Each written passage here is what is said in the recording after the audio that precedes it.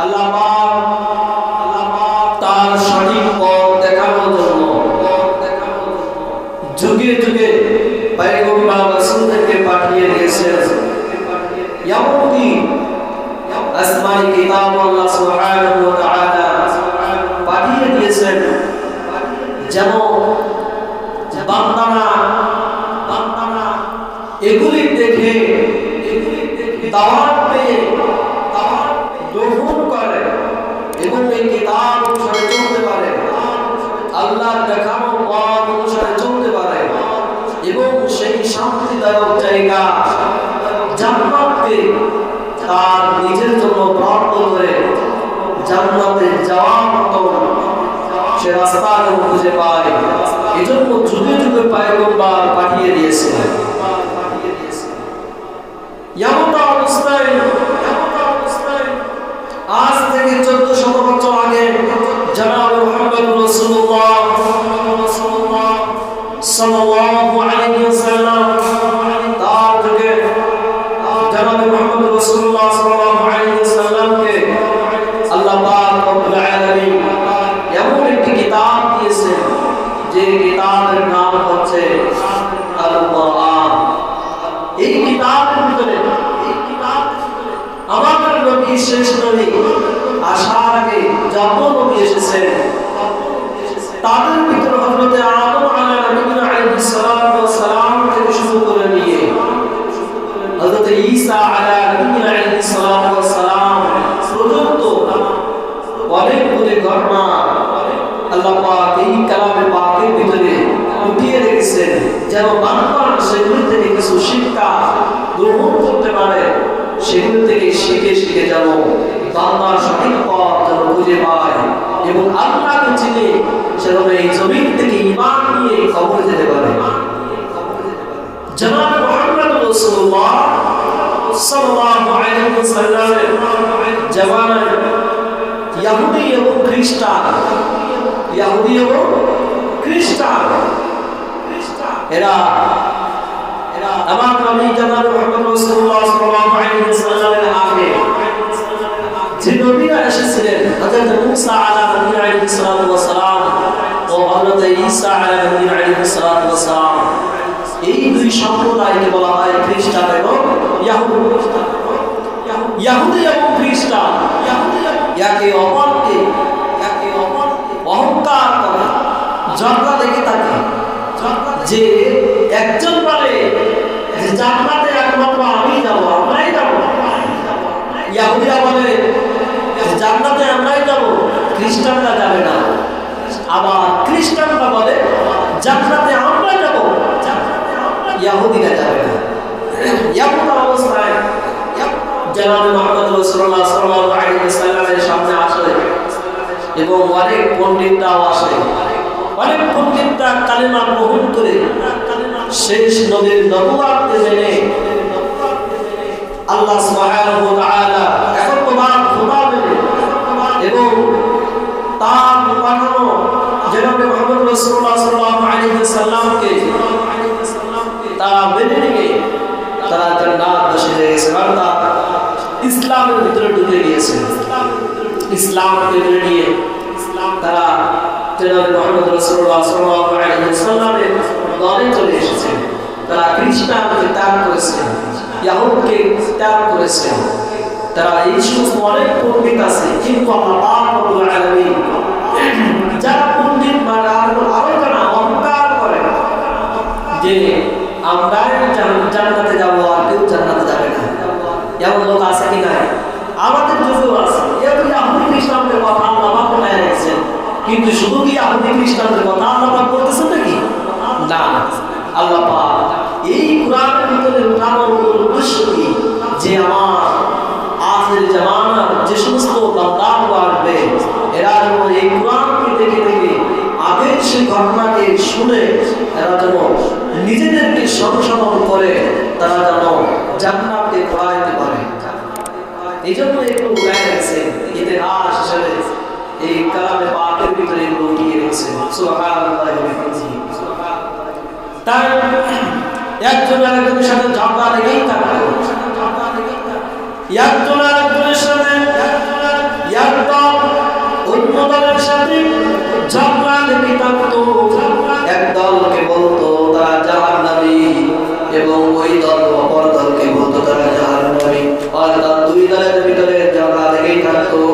কিন্তু আসলে তারা দুটোটাই মিথ্যা কথা বলতো।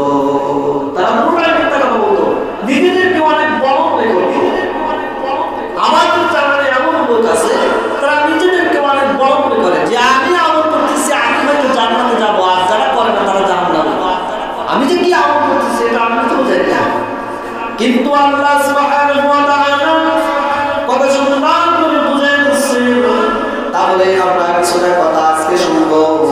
আজকে হলো সূরাতুল বাকারার 111 নম্বর আয়াত ও 12 এবং 13 নম্বর আয়াতের কিছু কথা শুনবো, হালকা কিছু কথা শুনবো।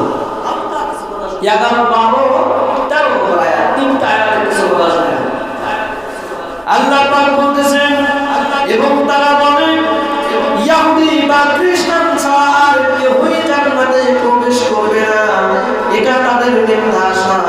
তুমি বলো যদি তোমরা সত্যবাদী হও তাহলে তোমাদের প্রমাণ উপস্থিত করো। আল্লাহ পাক জনাবে মুহাম্মদ রাসূলুল্লাহ সাল্লাল্লাহু আলাইহি ওয়াসাল্লামের সামনে যখন ইহুদি এবং খ্রিস্টানরা আসলো তখন আল্লাহ পাক জনাবে মুহাম্মদ রাসূলুল্লাহ সাল্লাল্লাহু আলাইহি ওয়াসাল্লাম বলেছে, তুমি বলো যে তোমরা যদি সত্যবাদী হয়ে থাকো তাহলে তোমাদের এই কথাকে প্রমাণ করে দেখাও। তোমাদের এই সত্যবাদী হওয়া, তাহলে তোমাদের এই প্রমাণ উপস্থিত করো। অর্থাৎ তোমরা যে কথা বলতেছো এটা কতগুলি সত্য কথা। এখন একজন আর একজনকে, একদল আর একজনকে বলতেছে তারা নিজেদেরকে মানে না। অর্থাৎ মুসা আলাইহিস সালামের পরে যে কিতাবটি নাযিল হয়েছিল এই কিতাবের ভিতরে ছিল যে হযরত ঈসা আলাইহিস সালাম আসবে এবং হযরত ঈসা আলাইহিস সালাম এই জমিনের ভিতরে আসবে। হযরত ঈসা আলাইহিস সালামের যে কিতাবটি দেওয়া হয়েছিল অর্থাৎ ইহুদি এবং খ্রিস্টান তাদের নিজের কিতাবের ভিতরে উভয় দলের কথা ছিল, কিন্তু একজন আরেকজনকে অস্বীকার করত। যারা মুসা আলাইহিস সালাম এর সম্প্রদায়ের লোক, তারা হযরত ঈসা আলাইহিস সালামকে অস্বীকার করত, আর হযরত ঈসা আলাইহিস সালামের সম্প্রদায়ের লোক তারা হলো মুসা আলাইহিস সালামকে অস্বীকার করত। এক কথায় তারা নিজেদের হক ধারণে করতো যে আমি এক আল্লাহকে ছাড়া আর কাউকে মানি না, কিন্তু আল্লাহ পাক বলেছেন যদি আমাকে মানতে চাও তাহলে আমার বন্ধুকে অনুসরণ করতে হবে। যে কথা বলতেছে আল্লাহ পাক, যদি তুমি আমাকে রব বলে স্বীকার করতে চাও তাহলে অনুসরণ করতে হবে কাকে? তার রাসূলকে। যদি আমার রাসূলকে যদি অনুসরণ করতে পারো, আমার রাসূলের কথা অনুযায়ী যদি চলতে পারো, আর এই পথ দেখানো অনুসারে যদি তুমি চলতে পারো, তাহলে আমি আল্লাহ পাক তোমাদেরকে হক পথের কথা বলে দিলাম, তাহলে তোমরা ওই জান্নাতের মালিক হয়ে যাবে।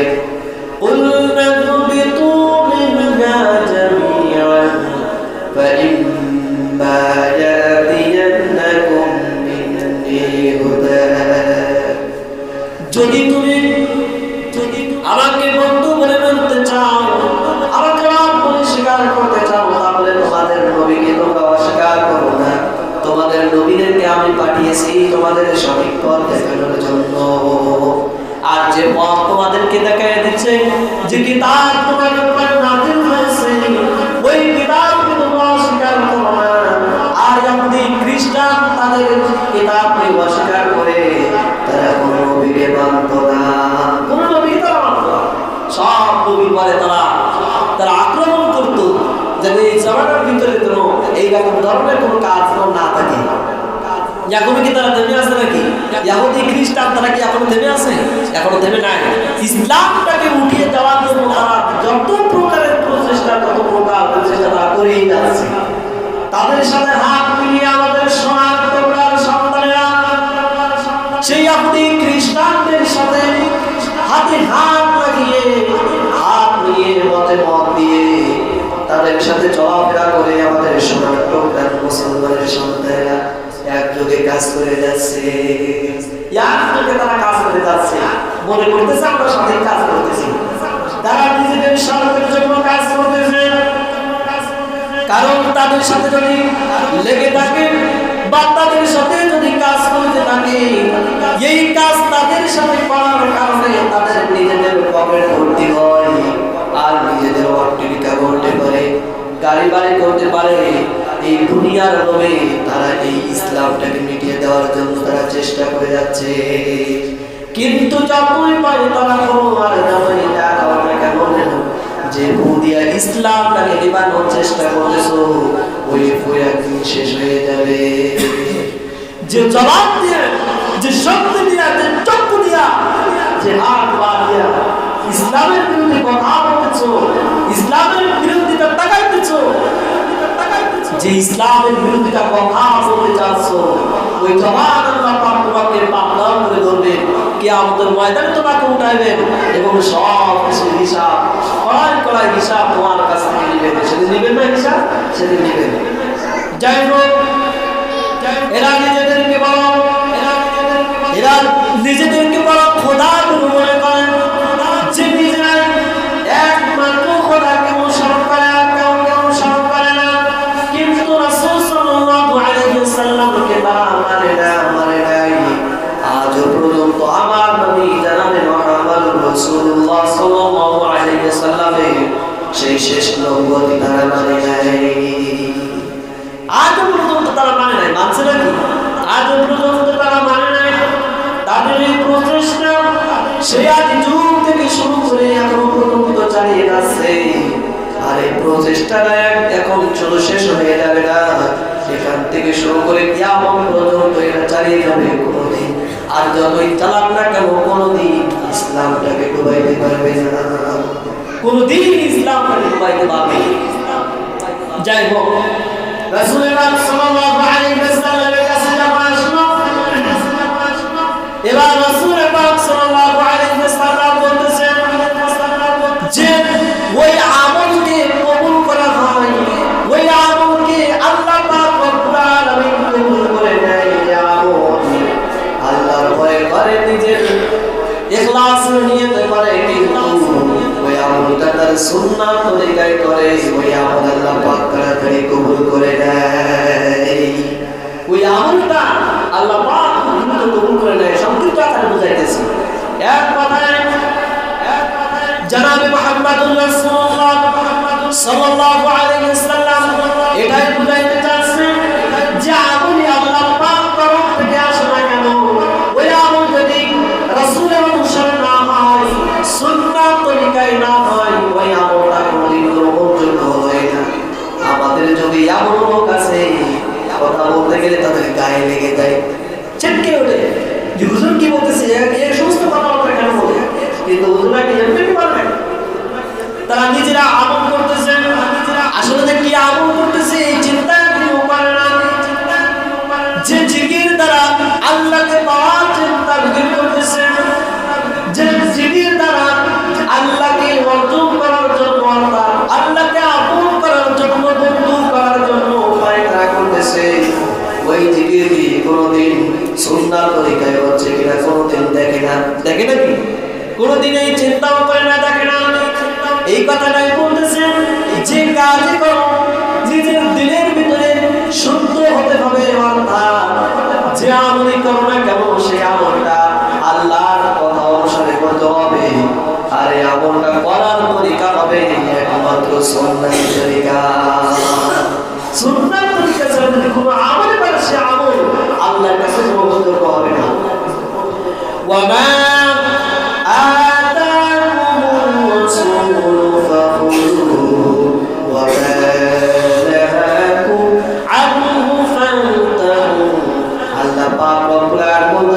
আমার রাসূল যে করতে পারেন নাই, ওইগুলো যদি করে যাও, যে তুমি ভালো কাজ মনে করতেছো, ভালো কাজ মনে করেও যদি সেই সমস্ত কাজ করে যাও, আর সুন্নাত তরিকায় যদি না হয়, কিয়ামতের ময়দানে এর বদলা তোমাকে কিয়ামতের ময়দানে হিসাব দিয়া তোমাদেরকে খ্রিস্টানদের সাথেই দাঁড়াইতে হবে।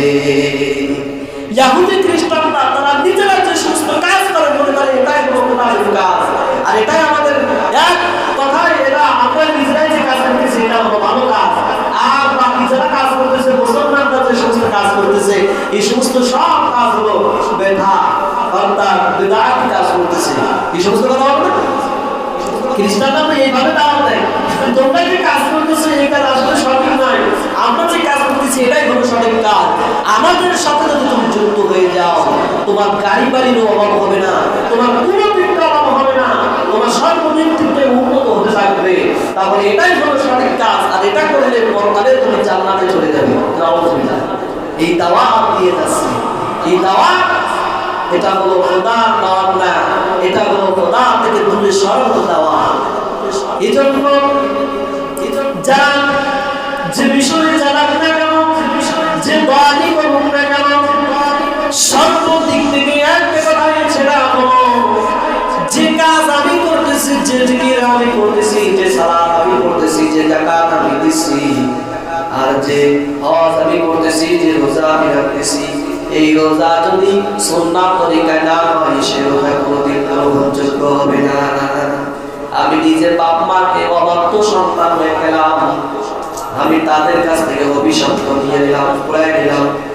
আমার মা বাবাকে আমি দেখতে পারি না সচক্ষে, কুদরতি নজরে আমি দেখি না, আমার চোখ দ্বারা আমার মা বাবাকে আমি সহ্য করতে পারি না, কিন্তু মসজিদে গিয়ে যে আমি আগের কাতারে বসে থাকলাম, আর যেখানে জিকির হোক না কেন, কোন জিকির হচ্ছে সেটা আমি জানি না, সেখানে যে আমি জিকির করতে থাকলাম। এই জিকির আর এই নামাজ কোনদিন আল্লাহ পাক কবুল করবে না। করবে নাকি? করবে? করবে না। যদি আল্লাহকে পেতে চাও, যদি আল্লাহকে পেতে চাও, আর কিয়ামতের ময়দানে উঠে যদি তুমি মুসলমানের হতে চাও, আল্লাহর সেই জান্নাতকে যদি তুমি পেতে চাও, তাহলে দুনিয়ার জমিনে থেকে আমার রাসূলকে অনুসরণ করতে হবে, সুন্নাত তরিকায় কাজ করতে হবে। ভালো কাজ করে করেই কাজ করলে হবে না, সেটা সুন্নাত তরিকায় আছে কিনা দেখতে হবে। যে মেসেজটা আল্লাহ পাক আমাদেরকে জানিয়েছে সেটা হলো জমিনের ভিতরে যত কাজ করবে কেন আসলে সেই কাজ সুন্নাত তরিকায় আছে কিনা সেটা আগে জানতে হবে, সেটা কি করতে হবে? জানতে হবে। আমি যে কাজ করি না কেন, আমি মনে করেন এই যে রোজা, রোজা আমার খরচ করা হয়েছে, এখন আমি মনে করতেছি রোজা আল্লাহ আমার খরচ করেছে, আমার ইচ্ছা মতো আমি রোজা রাখবো, তাহলে বলেন সেই রোজা আল্লাহ কবুল করবে? আমার ইচ্ছা মতো আমি রোজা রাখলে কবুল করবে? সূর্য ওঠার পরে খাওয়া দাওয়া করে আমি শপথ করলাম যে এখন থেকে আমি সেহরি করলাম, আবার সেই সূর্য অস্ত যাওয়ার আগে অর্থাৎ আসরের আগে মাগরিবের আগে যদি আমি খাওয়া দাওয়া করে বলি যে আমি এখন ইফতারি করলাম, বলেন তো এই রোজা কোনদিন গ্রহণযোগ্য হবে? বলেন কোনদিন গ্রহণযোগ্য হবে? আপনি মাঠে গাছ লাগাইছেন, পান চাষ করতেছেন, সেখানে ঘাস জমিয়ে গেছে, কি জমিয়ে গেছে? ঘাস জমিয়ে গেছে। এই ঘাসটাকে পরিষ্কার করার জন্য আমরা কি রাখি? জোর ঠিক করি, মানুষ ঠিক করি, কামলা ঠিক করি। এই মানুষগুলি ঠিক করার কারণ হচ্ছে ওই ঘাসগুলি পরিষ্কার করে দেওয়ার জন্য। এখন সে যদি আমার ঘাস পরিষ্কার না করে যদি আমার গাছগুলোই শেষ করে দেয়, বলেন তো তাকে টাকা দেওয়া যাবে? আল্লাহ পাক রব্বুল আলামিন রোজাটাকে ফরজ করেছেন, এই নামাজকে ফরজ করেছেন, কিন্তু এই নামাজ যদি সুন্নাত তরিকায় না হয়, আর এই রোজা যদি সুন্নাত তরিকায় না হয়, এই হজ ফরজ করেছেন, এই হজ যদি সুন্নাত তরিকায় না হয়, এই যাকাতকে ফরজ করেছেন, এই যাকাত যদি সুন্নাত তরিকায় না হয়, আল্লাহ পাক রব্বুল আলামিন একটাও কবুল করবে না।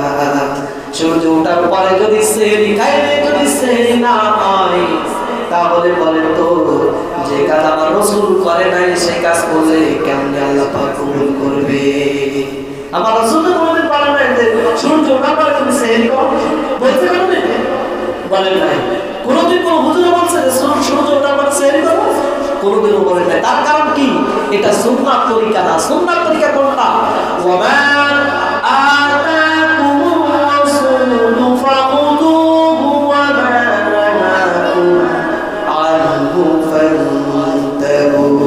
সুন্নাত তরিকায় ওটা যেটা আমার রাসূল করে দেখিয়ে দিয়েছে। আমার রাসূল সূর্য ওঠার আগে সেহরি খাইয়ে দেখা দিয়েছেন। এই জন্য ওটা হলো সুন্নাত তরিকা। আর আমি যে আমলি করি না কেন, এটা তো শুধু রোজা দিয়ে উদাহরণ দিলাম, শুধু রোজা বলতে না, হজ যাকাত যা কিছু যে আমলি করি না কেন, এটা যদি আমি এখন জোহরের ওয়াক্ত হয়ে গেছে, জোহরের ওয়াক্ত হওয়ার আগে এখনো ওয়াক্তই হয় নাই, কোনো জায়গায় আজানও দেয় নাই, এখন যদি আমি মনে করি জোহরের নামাজ পড়বো, হবে নাকি? অগ্রিম আমি করে হবে, এই নামাজকে আল্লাহ কবুল করবে? এই নামাজ হবে না, আল্লাহর কাছে গ্রহণযোগ্য না। কারণ কি? এই ইবাদত আমার সুন্নাত তরিকায় হয় নাই। আল্লাহ পাক এই কথাই জানিয়ে দিচ্ছে যে আমল করে না কেন, রাসূলকে বলতেছে, হে রাসূল তুমি তাদেরকে জানিয়ে দাও, তোমার উম্মতদেরকেও জানিয়ে দাও, আমি কোরআন শরীফের মধ্যে ভালো সুন্নাত করে রেখে দিয়েছি। আল্লাহ পাক বলতেছে, যদি সুন্নাত তরিকায় আমল না করতে পারো, আমার দেখানো অনুসারে আমল না করতে পারো, ওই আমল কোনদিন গ্রহণযোগ্য না, ওই আমল কোনদিন গ্রহণযোগ্য না। তাহলে এটার থেকে একটা জিনিস আমরা নিতে পারি, সেটা হলো, দেখেন যে আমাদের যুগের ভিতরে সব থেকে প্রধান যেটা হয়েছে সেটা হলো, আমি অসুস্থ হয়ে গেলে আল্লাহকে ডাকলে আল্লাহ শুনে। এখন বলেন তো, আল্লাহকে ডাকলে আল্লাহ শুনে না, নিজে নিতে পারি না? জবাব দিতে পারবেন? আমি নিজেই নিতে পারতেছি না, সেটা কোনো দোষ নাই, কিন্তু আমি বলতেছি কি যে আল্লাহকে ডাকলে আল্লাহ শুনে না। আমি যে জবাব দিয়ে তুমি আল্লাহকে ডাকতেছো, তোমার ওই জবাবটাকে আগে পবিত্র করো। তোমার জবাব দিয়ে, যে জবাব দিয়ে তুমি আল্লাহকে ডাকবে, ওই জবাবটা সৃষ্টি করেছেন কে? জোরে বলেন, সবাই কথা বলেন।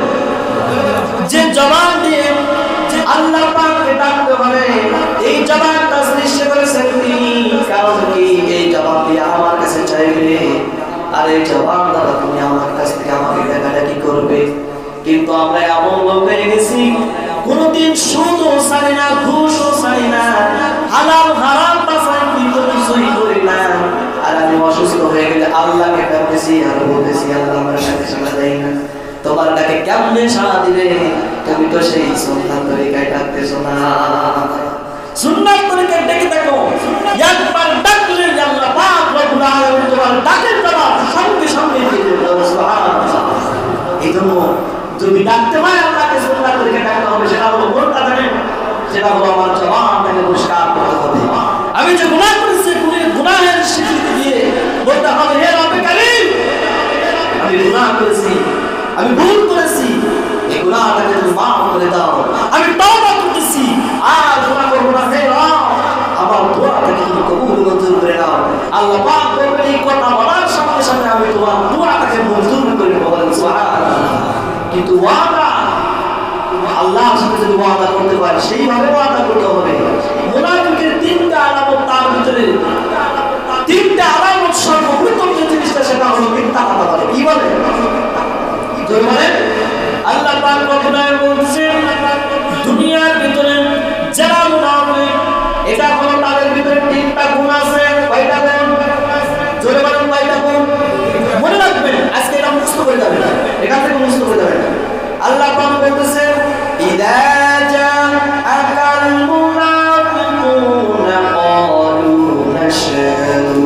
আল্লাহ পাক বলতেছেন, দুনিয়ার জমিনে বেশি মিথ্যা কথা বলে তারা হলো মুনাফিক। তারা কি? মুনাফিক। এখন আমি নিজে মুনাফিক হয়ে আমি কি জান্নাতের আশা করতে পারি? বলেন, নিজে দেখেন আমার ভিতরে তিনটা গুণ আছে কিনা? মুনাফিকের তিনটা আলামত, তিনটার ভিতরে সর্বপ্রথম যে জিনিসটা সেটা হলো মিথ্যা কথা বলেন। কি কথা বলে? মিথ্যা কথা বলেন। সবার সাথে মিথ্যা কথা বলে, আর একটা মিথ্যা কথা বলতে হয়, তার সাথে আরো 10টা মিথ্যা কথা জড়িত হতে হয়, নাই তো ওই মিথ্যা কথাটা কোনদিন গ্রহণযোগ্য হয় না। হয় নাকি? তারা বেশিরভাগ মিথ্যা কথা বলে। এটা হলো মুনাফিকের প্রথম নাম্বার যে জিনিসটা সেটা হলো কি বলেন? মিথ্যা কথা বলে। দ্বিতীয় নাম্বার যে জিনিসটা সেটা হলো ওয়াদা ভঙ্গ করে। কি বলে? ওয়াদা ভঙ্গ করে। বারবার ওয়াদা করতেছে, আর কোনদিন নামাজ ছেড়ে দিব না, আর কোনদিন গুনার কাজ করব না, কিন্তু বারবার ওদিকে যাচ্ছে, বলতেছে তোমার দোকান আর মঞ্জুর করবো না। এবার যদি ইলেকশনে যদি আমাকে পাস করাইতে পারো, তোমাদের রাস্তাঘাট সব কিছু আমি ঠিক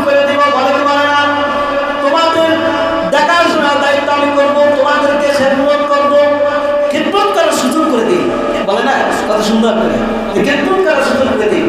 কিন্তু যখন ভোটে যেই পাস হয়ে যায় সেই মেম্বারও দেখা যায় না, সেই মেম্বার খোঁজ পাওয়া যায় না, কারণ তার যেটা শান্তির দরকার ছিল সেটা হয়ে গেছে, আর কোনো কিছু প্রয়োজন নাই।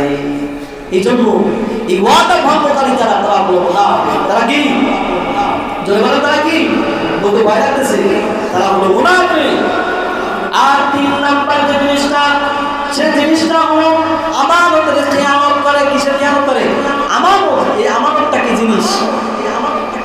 একজন আরেকজনের কাছে কোনো জিনিস রেখে দেওয়ার নাম হলো আমানত। আল্লাহ পাক রব্বুল আলামিন তোমার কাছে যে জান দিয়েছেন এটা হলো আমানত। আল্লাহ পাক এই জমিনের ভিতরে তোমাকে 60 বছর জিন্দেগি দিয়েছে, এটা হলো আমানত।